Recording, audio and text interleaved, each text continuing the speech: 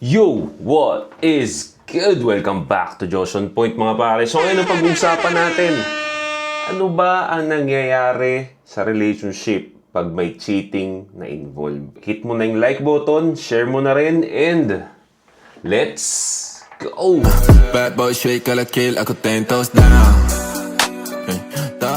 Para hindi ka maloko pare, again mga perfumes natin available sa TikTok shop. Marami pa tayong stock. Go ahead. Check it out. Link na sa description. Then, so kung meron kayong mga problema, no, or issues na gusto niyo magkomento, message nyo ako sa Facebook. Kung hindi natin dito pag-uusapan sa YouTube channel natin, doon tayo mag-uusap sa Anti-Support Podcast. So make sure nakasubscribe din kayo doon.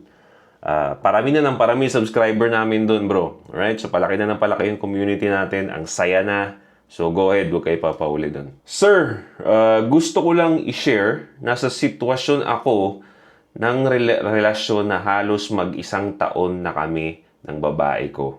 Pero wala akong ginagawang ligaw o commitment sa kanya. Wala kaming mansary or anniversary. Kung tawagin pa ng ibang babae yan is situationship. Okay naman, pagsasama namin, submissive naman siya. At nagpapalid din minsan. Minsan may pagka-rebelde. I mean, hindi kayo official. Kung alam mong nasa situationship ka, pag alam mo nasa situationship ka, ikaw lalaki kausap ko rito ha. Kung alam mo nasa situationship ka, ang tanga mo pag sineryoso mo yan. Kasi sa totoo lang bro, lugi ka dyan. Wala kang karapatan mag-demand sa kanya. Ang babae, mas madali sa kanila ang kumuha ng iba pang lalaki. Lalo na pag maganda yan. So, pwedeng dalawa kayo dyan at wala kang magagawa doon. Situationship lang kayo eh. Pero ito nga po, one time na open pala niya social media ko at nakita niya yung ibang babae na nakausap ko. Bakit may social media? Bakit alam niya yung social media niyo pare? Bakit alam niya yung social media mo? Hindi naman pala kayo official. Right? Kumbaga, parang ano mo lang to pre, na flirt date seduce mo lang to. Pero bakit alam niya yung social media mo? That's a wrong move. Inamin niya sa akin yon. Pero mas pinili niya pa din ang mag-shut the fuck up at hindi ako awayin. Para siguro hindi ko siya iwan, pero kita ko at feel ko sa kanya na ayaw niya daw ako mapunta dun. At paulit-ulit niyang sinasabi sa akin na siya lang daw. Nasa kanyang advantage.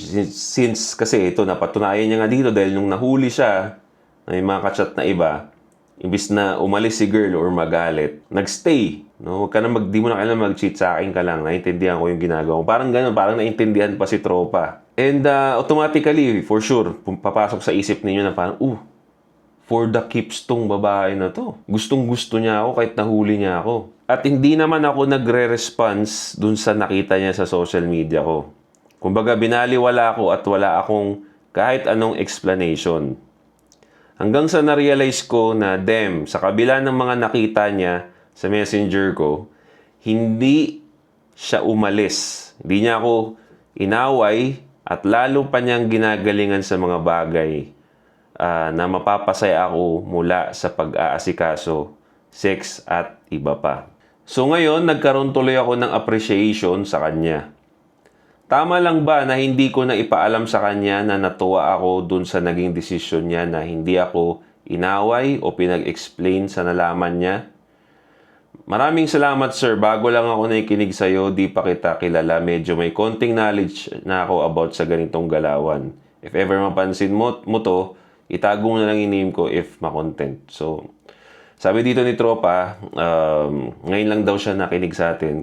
Pero may idea na siya sa mga moves. No? So, yung flirt date seduce naman pare, matagal naman ng galaw yun. Na-point out lang natin siya. Kaya talagang nag-trending yung flirt date seduce. Kasi na-pinpoint natin, nahimay natin ang gusto at na-specify natin yung mga moves. Kaya talagang maraming natuwa doon na yun pala yung ginagawa ko dati. Tama. Tapos, nung mga iba, nung hindi alam, nung in-apply, effective pala.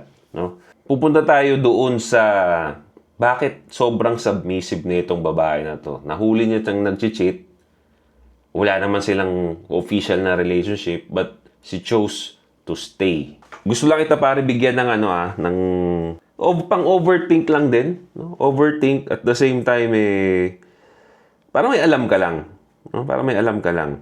Lagi mo i-consider pare na nasa situationship lang kayo. Pag nasa situationship, babae ang may power dyan. Hindi ka pwede mag-demand sa kanya. Wala siyang responsibility sa'yo. Again, wala ka rin responsibility sa kanya. Pwede kasi na kaya gano'n na lang niya tinanggap yung pagchat-chat mo. Nakita niya yung pagchat-chat mo, gano'n na lang niya tinanggap. Wala siyang kahit ano, para siyang stoic. At the same time, naging submissive pa. It's because baka kasi, meron na yan, no? Naintindihan niya, hindi niya masyadong siniseryoso yung ginawa mong pag-cheat. It's because ginagawa niya rin. I'll give you credit. Siguro, masaya ka talagang kasama. No? So, hayaan niya lang na kung anong shit ang gawin mo. Because meron naman siyang iba pa rin. Meron siyang iba. Ito ang gusto kong pag-usapan, no? Pagdating sa cheating. Okay, sabihin natin hindi ganon. Sabihin nga natin, punta tayo dun sa pagiging submissive ng babae. Okay, no? Nakakuha ko ng jackpot. Napatunayan ko na okay tong girl sa kabila ng mga ginawa kong kasalanan. She sticks with me. Wifey material to. Pero ito ang sasabihin ko sa inyo pare, ito yung dynamic, no, na nangyayari sa isang relasyon pag may cheating na nangyari. Nagpatawaran, nagtuloy yung relationship. Madalas kasi pare ito ang nangyayari sa mga nagche-cheat. Natatakot na sila sa sarili nilang multo. Akala nila tuloy gagawin din sa kanila. Nagiging paranoid yung nahuli. Yun ang usual na ugali ng cheater sa isang relationship. Sila madalas yung nagiging possessive lalo. Dahil natatakot na sila sa sarili nilang multo. So anong nangyari? Nagiging toxic. Right? Punta naman tayo dun sa naloko. Okay? Dun sa naloko. Dahil naloko na sila, mas lalong naghihigpit din. No? Bawat galaw mo na, ina-assume na nung naloko, mag-cheat. Kunyari, na-late ka lang ng uwi. Dahil nag-cheat ka na, iisipin niya, nag-cheat ka ulit. Okay? Kahit hindi naman na. Again, uuwi pa rin to sa pagiging toxic. Pero mo, dalawa na silang paranoid. Nagiging toxic na siya, pre. Ganyan na nangyayari sa relasyon pagka may cheating na nangyayari. May cheating na naganap at nagkapatawaran. So, paano masusolusyonan yun? Paano hindi mauwi sa ganun, pare? Na dapat gawin nung nag-message sa atin para kung sakali man na okay talaga tong girl na to, di ba, magkatuluyan kayo. Or talagang mag-grow yung relationship ninyo. Nakasalalay to doon sa lalaki. Okay? Ikaw ang magdadala niyan, hindi yung babae. Kasi kung ikaw nang decide na okay pala yung babae, tinanggap yung kagaguhan mo, you have to decide. And you have to make a plan para maayos yung relasyon na yun.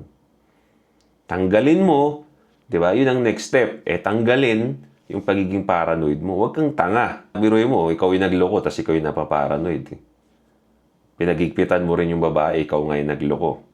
Tayo kasi mga lalaki, dapat alam natin yung future. Kumbaga parang nagpipredict ka rin .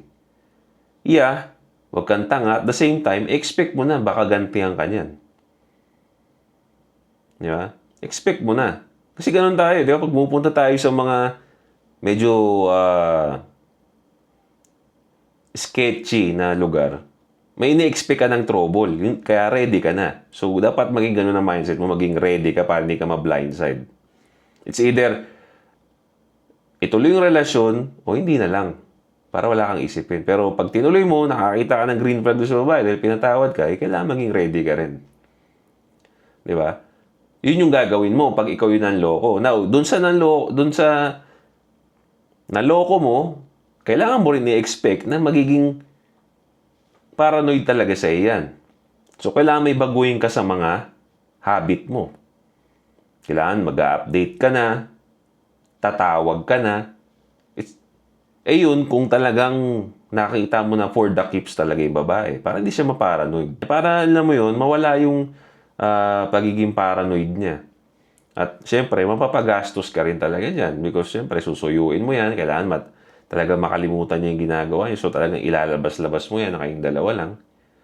Tapos every time na kayong dalawa lang, nakafocus ka lang talaga sa kanya. Hindi ka nagsi-cellphone. Kasi every time na tumingin ka sa cellphone, dahil paranoid nga yung niloko mo, i-assume niya may kachat ka. Kailangan mo nga alisin yun. So, pero lalaki ang gagawa ng paraan na yun. Okay? Pag babae yung pinatawad ka. Kasi pag ang babae naman nag-cheat, ayoko patawarin ninyo yun, pre. Alright? Tanga mo nun. Ano mo patawarin? Diba? Kasi pag babae, pag nag-cheat, may feelings na yan eh. Diba? Iba tayo. Since pang lalaking content to, kayo ang kausap ko rito. Pag babae nag-cheat sa inyo, huwag niyong patawarin. Pero pag pag ikaw nag-cheat, pinatawad ka, okay, good, appreciate that. At pero may gagawin ka. Hindi ka magpapakyut lang. Yun ang mga kailangan ninyong i-expect or mga dapat ninyong expect once nagkaroon na ng cheating sa relasyon. Kaya nga ako, kung akong tatanungin mo, if may cheating na nangyari, right? Kung may cheating na nangyari, ayoko munang patawarin agad ako ng babae.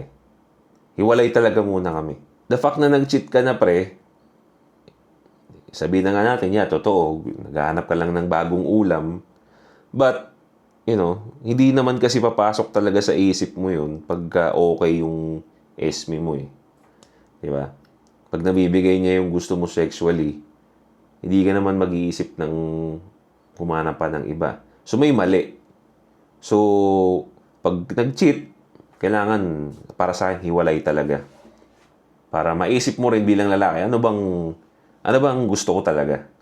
Gusto ko ba talaga ng esme ko o pusi lang talaga ang binibigay niya since nakuha ko na sa iba? Baka may mali. Ano ba talaga ang gusto ko? Kailangan tanongin mo yung sarili mo eh.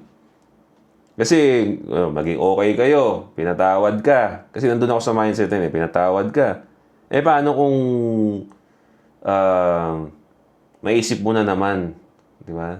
Dinalo ka na naman ng demonyo. So, papahirapan mo na naman yung sarili mo. Magtatago-tago ka na naman ng chat. Di ba? Pangit eh. Di ba? Kaya ikaw may kasalanan, siya may kasalanan, break talaga pag may cheating. Para maiwasan yung toxic na phase. Pero again, may solution naman. But mas gusto ko kasi na malinis. Pwede nyo i-consider, pare. Sana nasagot ko yung gusto mong mangyari, pare. At sana sa mga nakakaranas ng ganitong problema natulungan natin. Alright? So, don't forget to subscribe, hit the bell para notify kayo sa mga bago nating videos. This is Josh on Point. See you next time. Boom!